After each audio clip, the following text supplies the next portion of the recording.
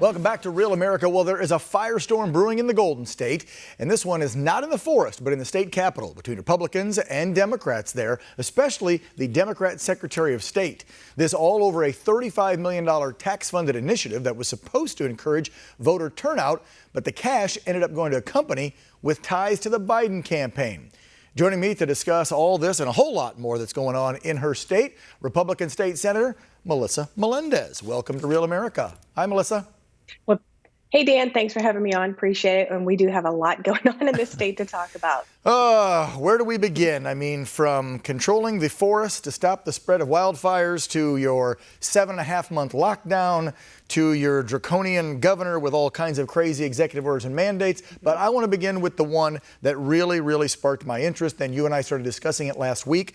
I'll call it the paper of record up in Sacramento, the SAC-B, the Sacramento Bee did a big article on this. Your Democrat, because he does have a party affiliation, your Democrat Secretary of State was in charge of this cash. It was to the tune of $35 million bucks. And take it from there. It was supposed to go where, and where did it end up, and is it actually being used? Yeah, so the Secretary of State, Alex Padilla, who used to be in the state legislature, decided to cook up this scheme to partner with a firm that is closely connected with Team Biden. In fact, they note that on their website. He contracted with this firm to get a voter education type of program out in California with commercials. And many people have already seen them on TV because they've already been running.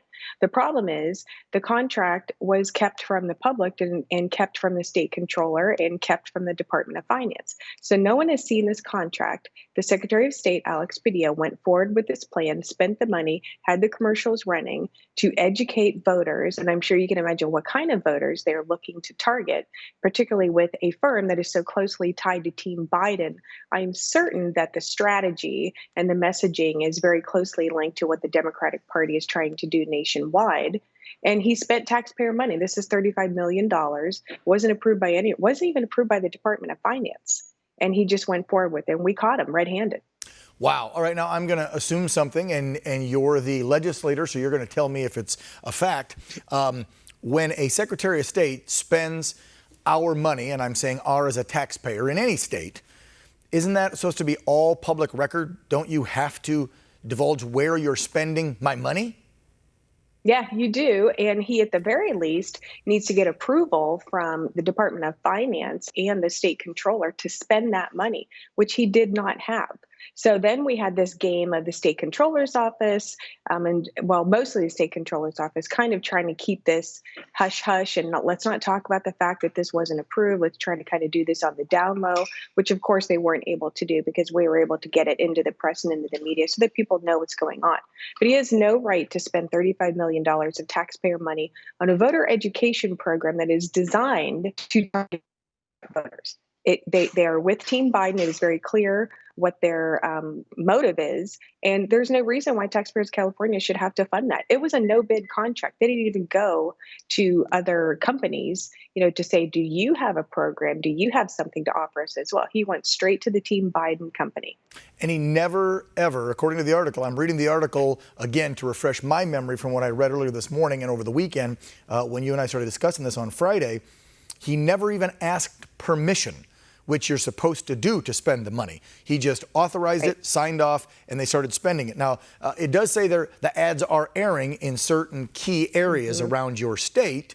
And as you said, I wonder where they're hitting those areas because I would hope that this would be a statewide campaign. You would air them on all cable and dish, direct, all the different things. So all of your constituents would see them and not just key in on certain demographic areas. But it doesn't seem like this is a statewide campaign. Am I correct?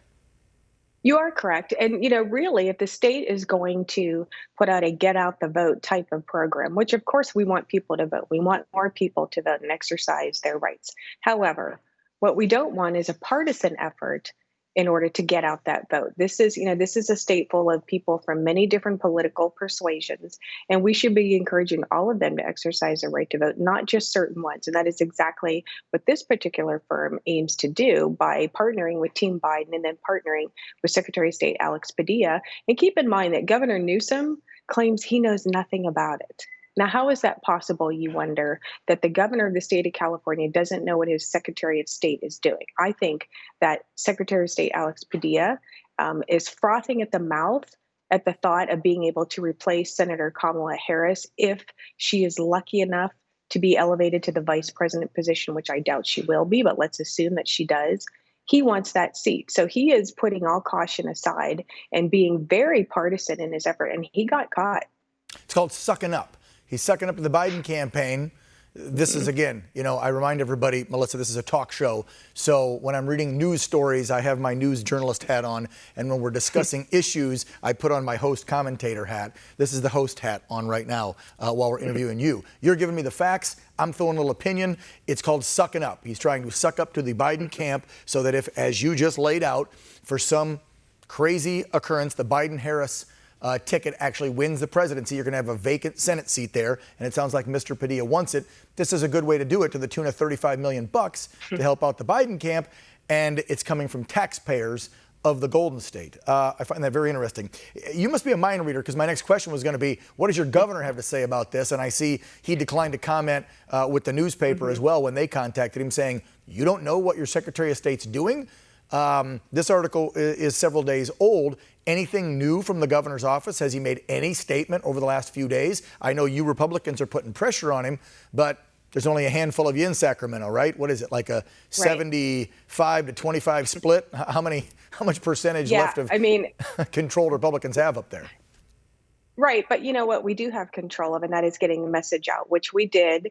And the media picked it up because the media recognizes that what they're doing is wrong. In fact, the Sacramento Bee editorial board, I believe, wrote an article saying they should cancel that contract. And I will note that since me putting this information out and a few of my Republican colleagues, has been canceled. Now, I don't know if all of the ads have been pulled off the airwaves yet, but they got caught and they dialed it back and said, okay, we probably shouldn't be doing this. I don't know what happens from here. I do know that the governor is feigning ignorance, which I don't believe is true. I think he knew exactly what was going on. But of course, you can't prove that because his fingerprints aren't on there anywhere. He sounds like he's pulling a James Comey.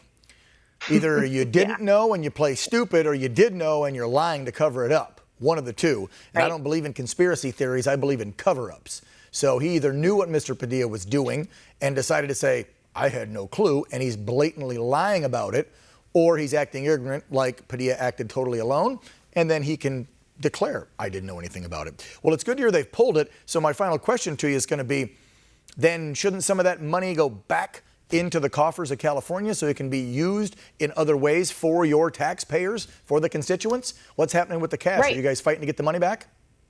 Right. That money belongs to the taxpayers and it should go back to the taxpayers. The problem is he's already run these ads. So how much does that cost? How much has already been spent?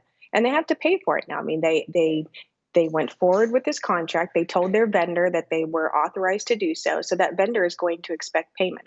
That payment is going to come from the taxpayers. In case he hasn't noticed, we have a lot of problems in California, like rampant homelessness, unemployment, the state still being in lockdown, people not being able to get their unemployment benefits. I think there's probably a lot of things we could spend that money on. Yeah, your EDD's a mess, I've heard. We're going to be talking more about that on tomorrow night's show. We have another one of your colleagues, I believe, joining us from California to talk about the EDD mess.